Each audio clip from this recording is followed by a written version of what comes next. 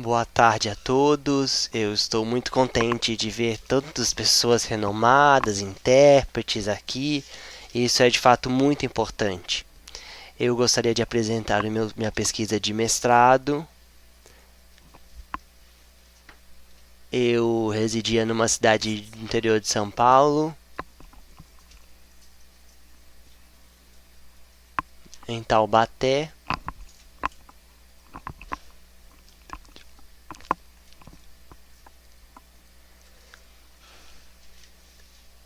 Vocês conhecem já alguns aplicativos, né, de celular que usam interpretação, né? Acho que vocês já devem conhecer alguns deles. Conhecem? E eu queria ver se a interpretação era correta ou se tinham problemas. E isso foi o meu projeto de mestrado através desses aplicativos de tradução automática.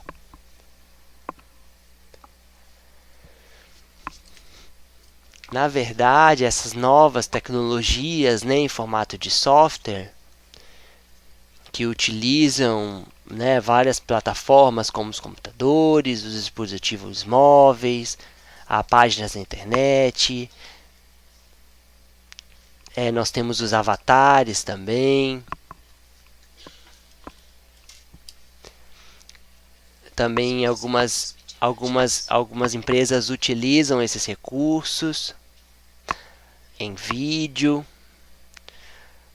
Também tem instituições, empresas, o governo também utiliza desses softwares.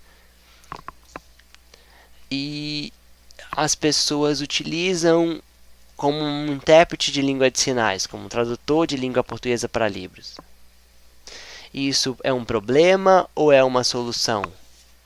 Como podemos pensar?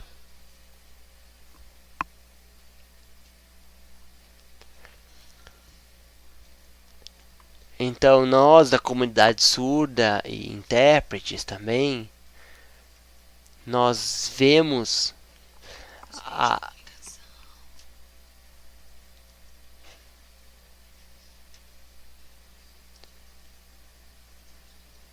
nós sempre vemos uma divulgação desses uso desses aplicativos e um investimento financeiro também no uso desses aplicativos. Normalmente eles apresentam, né, como uma solução, como algo muito positivo esses aplicativos. Mas nós, surdos, qual é a nossa opinião a respeito disso? E também como podemos contratar?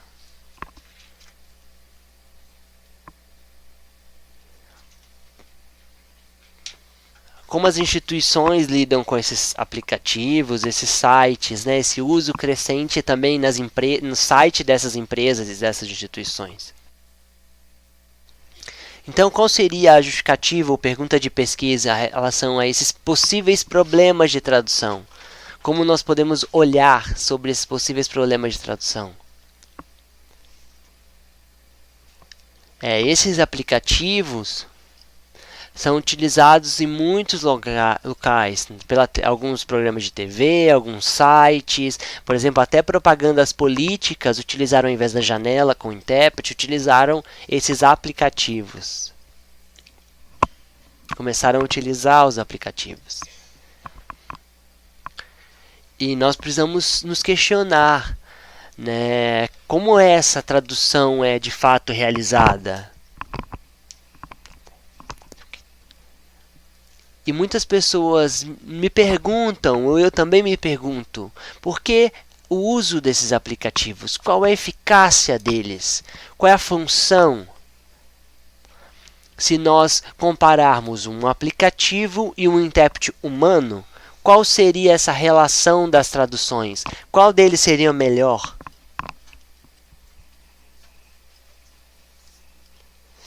Então, através desse objetivo, no meu trabalho de mestrado, eu busquei observar as frases em Libras realizadas pelos aplicativos, como eles produziam as frases em Libras.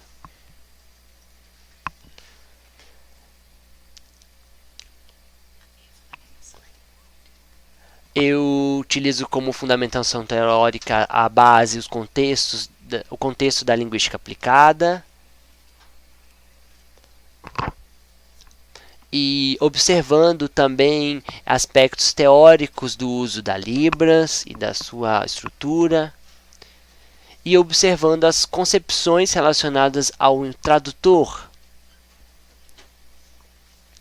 E realizar essa comparação entre o aplicativo e o tradutor humano. Como não apenas os aspectos de transposição de palavras ou transposição de léxicos realizada por esses aplicativos, e também esses tradutores, mas aspectos também relacionados à vivência e ao convívio com pessoas surdas. Nós utilizamos e estudamos um pouco sobre isso.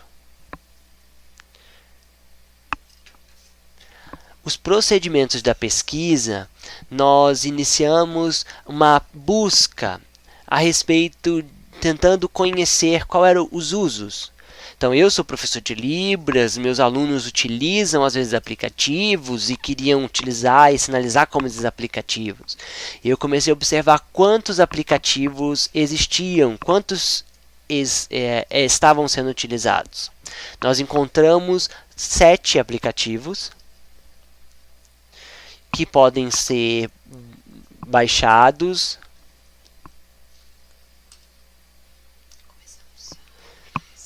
E aí nós começamos a observar qual era a função deles, né? 3 deles não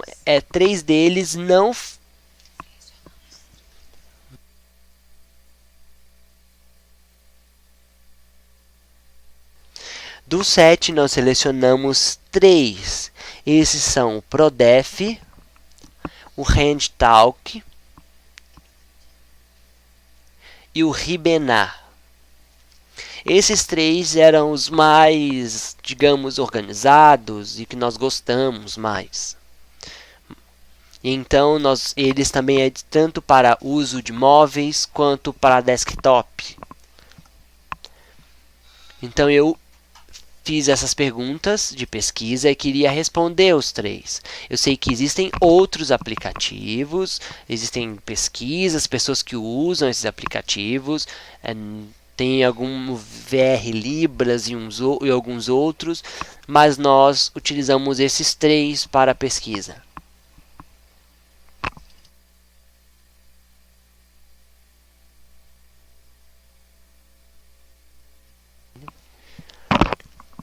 Vocês podem observar aqui os 3 aplicativos e ali nós temos uma produção real de um tradutor, né, do ProLibras.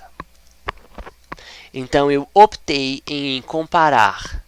Não queria um intérprete ouvinte, então eu selecionei um tradutor surdo. Aqui nós temos os aplicativos. Na imagem vocês podem observar, e também o autor do ProLibras da prova do ano de 2015, a última edição do ProLibras.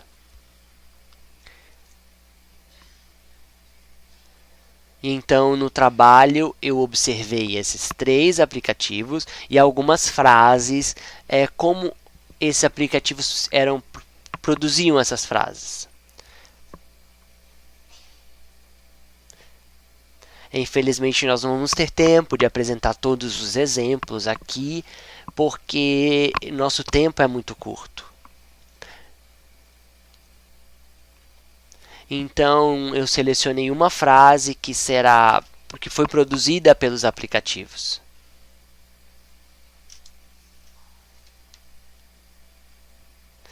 E também uma frase que foi produzida pelo tradutor surdo, né, que é aquele de camisa vermelha. E vocês vão poder assistir.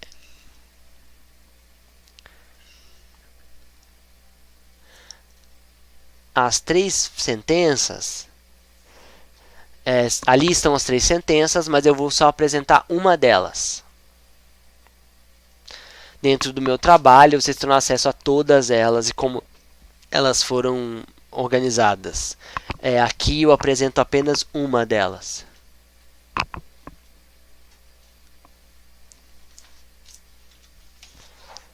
Eu não vou apresentar aqui em português, né? Nós temos essa frase.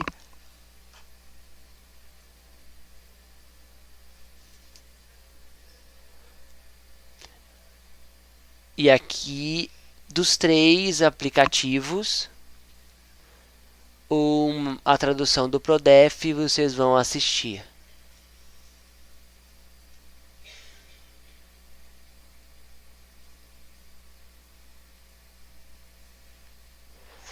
Vejam, está certo?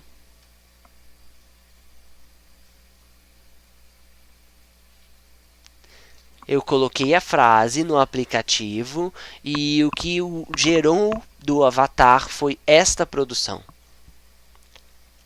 Ele diz difícil, preciso, tesoura, o cabelo, um cabelo. Depois, agora nós temos o próximo.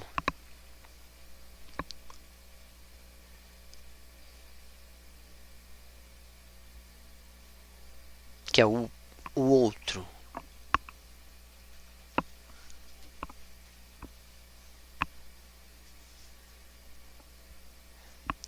Olha, vejam a soletração. Eu. Tá bom. Mas os dois...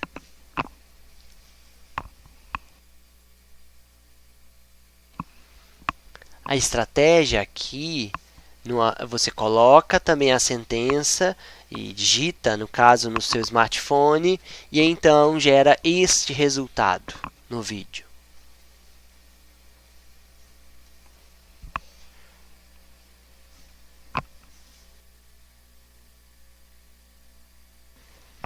Agora, então, a produção do terceiro. Vocês assistam, por favor.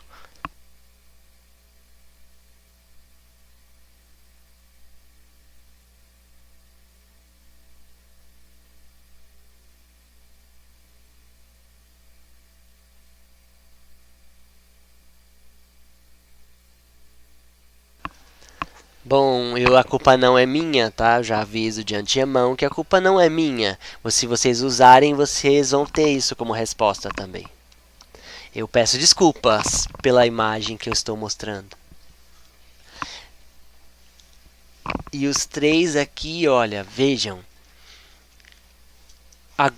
E agora nós vamos ver um tradutor surdo-humano, como ele realiza isso. Vejam, e a gente pode comparar.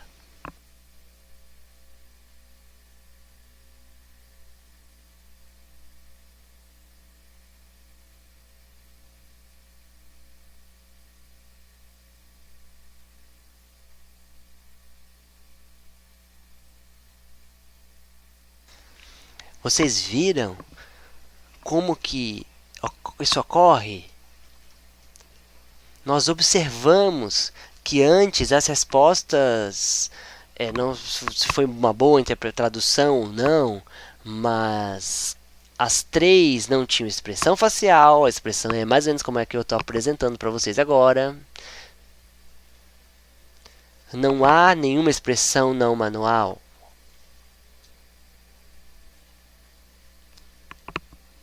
Os aplicativos, eles praticamente copiam a estrutura do português, produzindo alguns sinais. A ordem é sujeito, verbo, objeto, né, como ocorre no português. A mesma ordem. Né?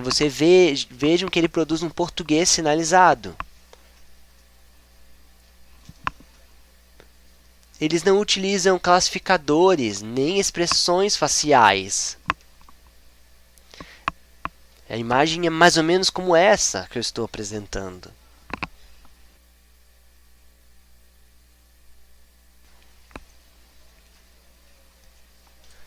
É apenas a produção de léxicos. E eu, por exemplo, liguei para os organizadores de aplicativos e eu perguntei quantos termos nós temos. 6.000, 5.000 palavras, 5.000 sinais. Só isso. Eles ainda, mas estamos ainda em desenvolvimento. Algo muito importante que um avatar do aplicativo vão contra os princípios básicos da inclusão.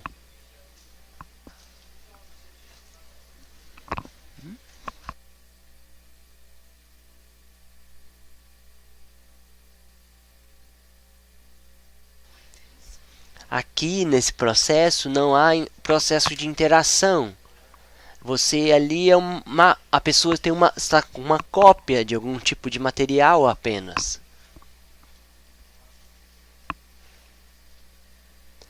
E na realidade o que acontece com os aplicativos é que ele não oferecem dialogismos, ou ele apresenta apenas um enunciado concreto.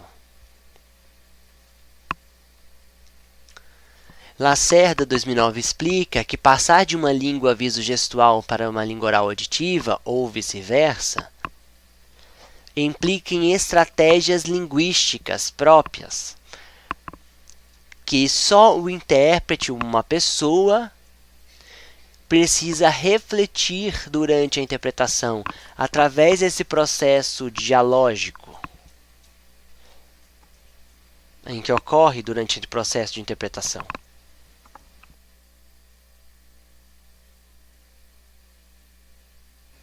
Importante a gente saber também as questões éticas do uso dos termos no português. E os aplicativos seguem a ordem da língua portuguesa. É muito mecânico a produção dos sinais lexicais.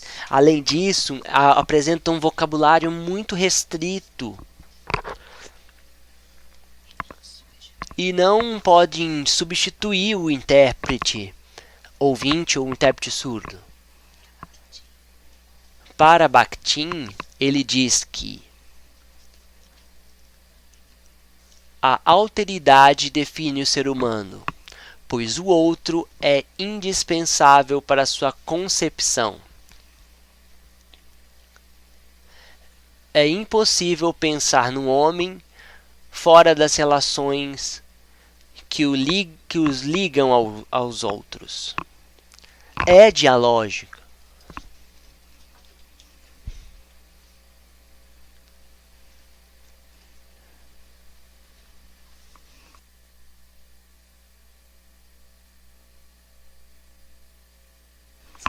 A produção da língua de sinais não é apenas o uso das mãos, ela é também através da expressão facial, ela é tátil, ela é o corpo, é o modo de vestir, a maneira de falar, a língua fala, ela escolhe o conteúdo que se diz.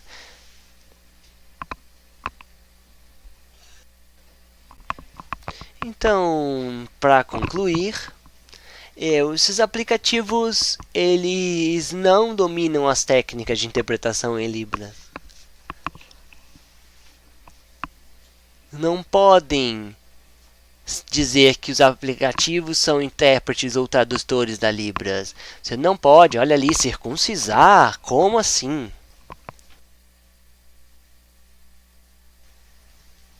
Ele não pode substituir os intérpretes surdos ou os intérpretes ouvintes. Não é possível. Também tem uma questão legal. E precisamos respeitar a legislação. É isso aí para pesquisa, né, as referências. E meu agradecimento aí à UFSC, a todos, meu muito obrigado. Obrigado a todos os surdos por me ajudarem. Agradeço imensamente.